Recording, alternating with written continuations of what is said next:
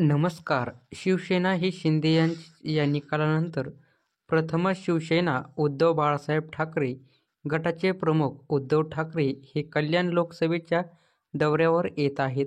हा मतदारसंघ शिवसेना शिंदे गटाचे खासदार डॉ. श्रीकांत शिंदे यांना मतदारसंघ आहे. ठाकरे यांच्या संवाद दौऱ्यावर खासदार शिंदे यांनी आपली प्रतिक्रिया देताना ठाकरे यांना टोला लावला आहे. अरे आय दुस्त आहे असे म्हणतात त्यांना ठाकरे यांचे स्वागत केले आहे.